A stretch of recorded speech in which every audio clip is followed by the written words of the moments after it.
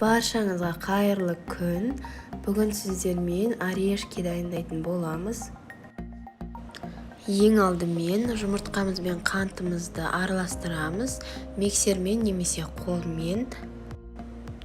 Мен мұнда 2 порция қылып жасап жатырмын. Сіздерге описанияға 1 порцияның рецептісін қалдыратын боламын.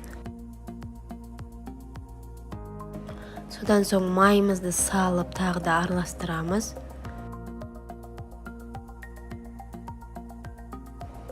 Ұнымызға қопсытқыш салып, ұнымызды салып, біркелкі қамыр илейміз.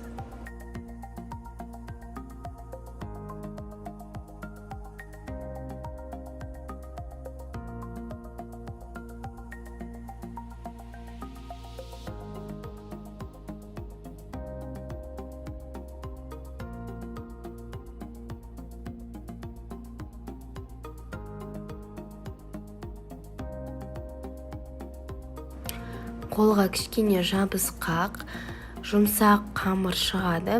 Ендігі қамырымызды салафанға салып, жарты сағатқа тоңазытқышқа немесе 10-15 минутқа мұздатқышқа салып алыңыздар. Мінекей осылай видеодағыдай дөңгелетеміз. Өлшейтін болсаңыздар 5-6 граммнан өлшейміз.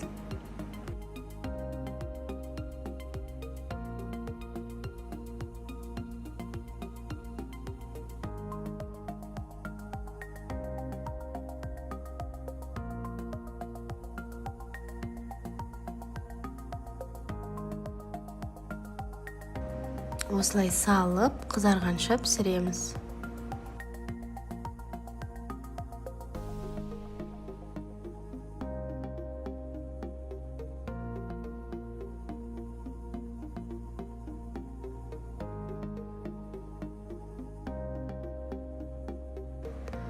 Осылай артық жерлерін кесіп тастаймыз. Сіздерге лайфхак, осындай үккіштің көмегімен айналасын түзетеміз.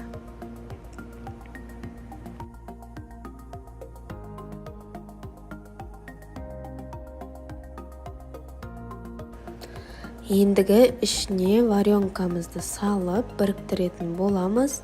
Менде үй жағдайында қайнатылған варенка.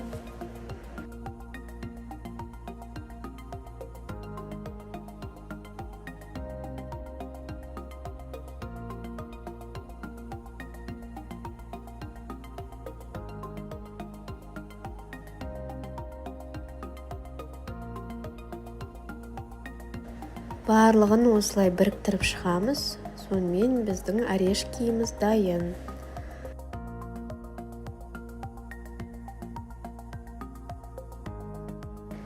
Видеоны соңына дейін қарағаныңыз үшін рахмет. Видео ұнаса, лайк басып, комментарий қалдырып кетіңіздер. Және менің каналыма жазылуды ұмытпаңыздар. Алдағы уақытта қандай рецепттер күтетініңізді комментарийге қалдырып кетсеңіздер болады.